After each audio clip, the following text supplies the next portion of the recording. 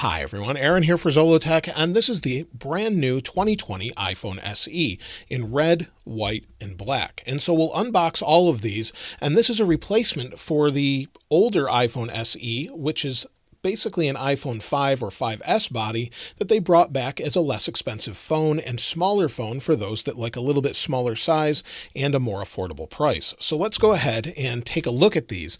Now they come in at $399 and go all the way up to $549. So they've been offered in 64, 128, or 256 gigabyte variants. So the red iPhone SE that I have here is $449 and 128 gigabytes, whereas the others are 64 gigabytes and are $399. So let's go ahead and unbox them. So the red one here, let's open it up.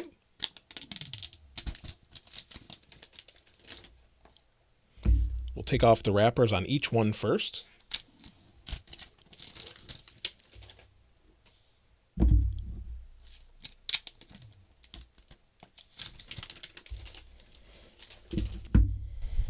Now let's remove the box tops here. And see if there's any differences. I don't suspect there will be. Now immediately on the black one, you can see some words popping out here in the top paper. And inside we have a welcome to iPhone, giving a little overview. And then we have a SIM card removal tool, as well as our Apple stickers that you would expect. Also, you've got a little warranty card in there. Now the exact same thing is in the middle, so we'll set that aside. Now in the product red variant, we have a little pamphlet here at the top that says product red. And each time you purchase a product red product, a portion of that goes to fight HIV and AIDS, or in this case, the current issue we're facing now. We've also got the exact same thing with our SIM ejector tool and our stickers. So let's set all of this aside and take a look at the phones. Now, if we pick up the phone, take this out, we'll set all of these aside for now. You'll see the exact same thing comes in each one of them. You don't have any differences here, but you do have your adapter for the wall here. It's just your 5-watt adapter. Now you could use a faster charger with it, but this is what's included. And then you've also got some ear pods, and these are the lightning adapter ear pods. So you've got this. You can of course use wireless headphones with them as well.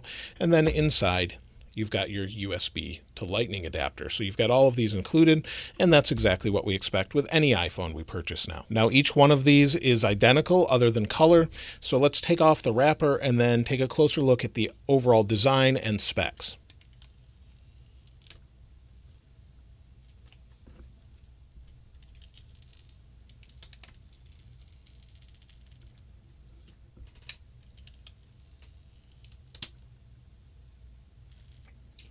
Now each one of these has the Touch ID button on the front, and it's got the familiar iPhone 8 or iPhone 7 or 6 design to it, and it's a great design for many people. In fact, many people consider it their favorite design of iPhone of all time.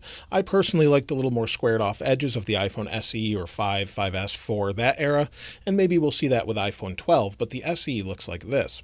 So let's go around the outside edge and take a closer look at it. Now compared to previous generation iPhones like the iPhone XR, they've moved the Apple logo to the middle just like the iPhone 11, 11 Pro, and 11 Pro Max, and then put product at the bottom. The red is also a slightly more vibrant color as compared to the iPhone XR. Now on the right-hand side, we've got our power sleep wake button along with our SIM card tray that will hold one SIM card, but it does support dual SIM through eSIM. So you've got that SIM card tray here, you can see here, like you would expect.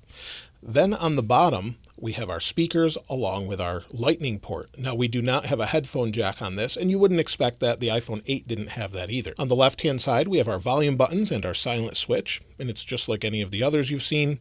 And then of course on the back, we have our camera, microphone, and then LED flash. So it's exactly what you would expect, but it is glass front and back. Now let's talk about the specs for a moment. Now internally, this has the A13 Bionic chip, the same as the iPhone 11, 11 Pro, and 11 Pro Max, but it also has 3 gigabytes of RAM, so it's down a little bit from the Pro, but given the smaller size of the display, it should be just fine. On the front, we have a 4.7-inch 1334 by 750 at 326 pixels per inch display. And yes, that's closer to 720p, but this display with 326 pixels per inch should be fine for most things. It also supports True Tone and has wide color P3, as well as haptic touch, and it goes up to a brightness of 625 nits, so it should be plenty bright for most people. Now, internally, it has an 1821 milliamp hour battery, which early reviews are saying it gives 4 to 5 hours of screen on time, which is pretty good for a phone of this size. It also supports faster charging and wireless charging, and has an IP67 rating of 1 meter for up to 30 minutes. That does not mean the phone is waterproof, just means it's water resistant. On the back, we have a reused camera system from the iPhone 8, but that used along with the iPhone 11 A13 Bionic chipset is apparently giving this better images than we see on, say, the iPhone XR. It should be better. It also supports portrait mode, has digital zoom up to 5x, can record in 4K 60, and the lens cover should be sapphire according to Apple. Now on the front, we have a 7-megapixel f2.2 lens that records in 1080p 30. We'll take a closer look at that a little bit later. And then internally, we have Wi-Fi A, B, GN, AC, and AX, or also known as Wi-Fi 6, and it supports Bluetooth 5.0. Now let's go ahead and turn on all the phones. And we'll wait for them to boot up, and we'll get them set up. So we'll press Home to open. I'll select my language here. We'll select the region. And then we can bring a phone next to it to set it up more quickly. Now, I have other videos to show you exactly how to do that, but it's a pretty simple process. Let me bring my phone in here. It connects to them, and I'm not sure which one it's going to go first. It's going to go for the middle one first. And all you do is use the camera, scan this little sort of QR type code, and then it syncs all of the information over and moves your account. Now it wants me to put in the passcode from the previous phone, so I'll do that from the iPhone 11 Pro Max. And it says setting up phone, so we'll wait for this to finish here. Now I'll set up Touch ID on the white iPhone SE, and then I'll do it on all the others. So we'll go ahead and set it up here. And these are by far the best fingerprint sensors that I've used. There's few that are just as good and just as quick that I've used. We adjust our grip, move our thumb around a little bit more, and we're good to go. And we can either transfer information from the old phone or go to other options and set it up as new, which is what I want to do. Now I've set up each one of these with my fingerprint, and now we can restore apps and data, or in this case, I'm just not going to transfer anything. So we'll go to the next step. And then it's asking me if I want to get the settings from my other phone. I'll just hit continue. And on this one, it's saying, will I agree to the terms and conditions? So I'm not sure if I did that before, but we'll hit continue on all of these, keep the phone up to date. I'll probably switch this back to manually afterward. And so let's just set this all up. We'll set up the Apple Pay Later in the Wallet app. I don't want to share my audio recordings. I don't mind sharing data with app developers, although I shared the information on that one. Now this is where you can actually set up the haptic feedback when you press the home button. So I like it on 2. 1 is a little bit too light. 3 might be good for some, but it's just how much the phone shakes when you push the button. So I'll leave it on the default. We'll hit continue. And then for those of you using a smaller display, you can zoom it in. I'll just leave it set up as default. And then it says welcome to iPhone, and we're in. So now we're at the home screen, and I don't want to use this device's location, but if we go into settings, let's take a look at what version we're running here. You can see this one's running version 13.4, and so there's now an update available for it with a software update that brings the bug fixes of iOS 13.4.1. So there's a bunch of different issues it can fix, which is nice, and it's exactly what you would expect. Now, one thing I did want to try is run a couple benchmarks on it and check out the camera itself, because those are some things that should be a little bit interesting. We have the rear-facing camera that will take portraits. It will also take 4K 60 video, so we'll check that out in just a second. But let's take a look at the Geekbench scores and just see what we get compared to, say, an iPhone 11 Pro Max. Now, before I go into running the Geekbench, you can see here is the current version. The update doesn't really make much of a difference as far as the processor speed and things like that. So you can see we have 2.88 gigabytes or basically 3 gigabytes of RAM. So let's go ahead and run a CPU benchmark.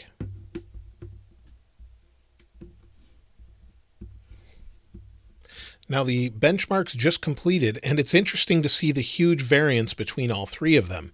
So we'll go with the highest since these are probably busy doing something in the background. But with the white iPhone SE, it scored 1,326 for single core, 3,029 for multi-core. So comparing that to the iPhone 11 Pro Max, let me slide these over here. You'll see we've got similar scores as far as the single core and a little bit higher with the multi-core score. And so you'll see 3,400 for multi-core score on the iPhone 11 Pro Max and 1,328 for the single core. So again, these are going to change a little bit, but it doesn't really affect the overall usability. And just to give you an idea of difference in screens, you'll see this is the iPhone 11 Pro Max. It has True Tone turned on, and if you turn True Tone off on all of them, it will give you a little bit different look. I'll turn them off on 2 of them to give you an idea of what it looks like. And you can see the difference between OLED and LCD. Now you're not going to see much of a difference with overall usability. So we'll go home here on this one. And we'll go home on the 11 Pro Max. And the actual pixels are going to be very difficult to see. It should look pretty good in general. I wouldn't expect much of an issue there. And let's take a look at some of the wallpapers because I know a lot of you want to see the new ones from this. And of course, I'll link them in the description. So we'll go home here, we'll go to wallpaper, change new wallpaper. And here's some stills, and here are all the new ones. So we have 6 different variants with light and dark themes. And so let's just go back. We'll match them for each one of the phones. So this is the white iPhone, and on the box, they have this blue theme.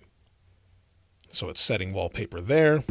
And then again, we'll do the same on the others. Now, all the wallpapers are set with the default ones that are on the box.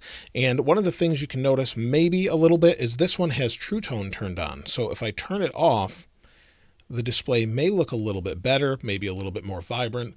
And I actually like the look of these without True Tone on sometimes. It just depends what I'm doing. So now let's take a look at the cameras. And so the forward-facing camera on this one, let's flip it around here.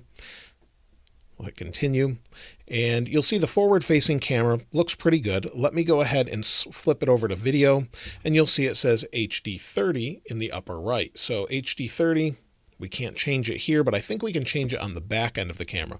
So now I'm recording with the iPhone SE, and so you can hear my voice through the microphones in the iPhone SE, and in general, the image looks okay. But the forward-facing camera is not as high quality as the rear-facing camera. So if we go back in here, flip it around, we have the photo and portrait modes, but we also have HD30 in the upper right. We can tap on this and change it to 4K 60. And so let me go take a little bit of video and photo samples, and let's see what this actually looks like.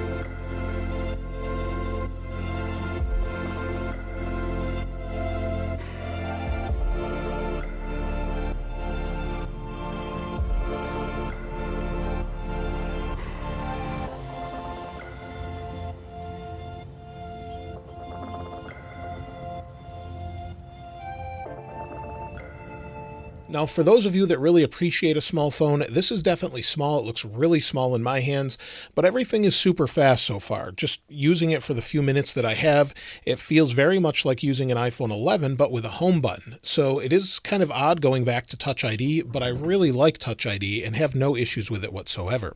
Now, there's a couple other things I want to take a look at, but before we do that, let's take a look at a size comparison. So this is the iPhone SE. In my left hand is the iPhone 6s. And so you'll see see, the size is identical. It's identical to an iPhone 8. The weight is about the same, and it's exactly what you would expect with an upgraded inside with internal storage that's a little bit different and things like that. So everything should be much better to use and much faster in general. Now, as far as a quick size comparison, if you're looking for the smallest phone, that would be the SE. And then we have the 11 Pro, the 10R, the 11, and the 11 Pro Max. This is all of the current lineup from Apple to give you a size comparison. It's very close in size to the iPhone 11, but a little bit thinner. Now, as far as overall usability, well, let's go into YouTube, and here is one of my Apple Watch Series 4 review videos. And if we take a look at the options we have for size, we can go up to 1080p. So even though this is closer to 720p, it will scale on the screen so you can get as many pixels as possible. Now, with a smaller screen like this, it won't make too much of a difference, but the option is there. You will not have HDR though. Now let's take a listen to the speakers quickly too and see what they're like, since they should be stereo. Hit play and wait for it to play here.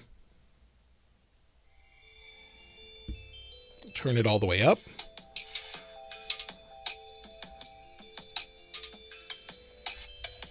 So it's pretty good in general, nice and loud. The display looks good, just like you'd expect, and it goes nice and bright. And so you can use this as a modern iPhone. If you just really like Touch ID, you'll have that option, and everything else is the same. Of course, you won't have a headphone jack, but again, you do have the option for wireless charging, which is nice, just like the iPhone 8. So if I place this here, it's now charging. So we'll turn the display off. You'll see it says 68% charged, put it back on, and it's charging again. So I really like that option. It's something I use all the time. Now, the iPhone SE, I think, is a great addition to the iPhone lineup. It's giving you the top of the line CPU for the least amount of money possible at $399 up to $549, depending on the storage size you pick. And I think that's a really great value proposition, and it's really hard to beat compared to other phones out there at this price point. Now, this is only the price Apple is selling them for. So if you can get them from your carrier, maybe free or a few $100s off, it makes it that much better. And then you can have a phone without a phone payment or anything like that with the latest specs if you appreciate a smaller display or just want something that's a little bit more sizable for your hands or your pocket. But let me know what you think in the comments below. Of course, I'll link all of these different wallpapers in the description as I normally do. And if you haven't subscribed already, please subscribe. And if you enjoyed the video, please give it a like. As always, thanks for watching. This is Aaron. I'll see you next time.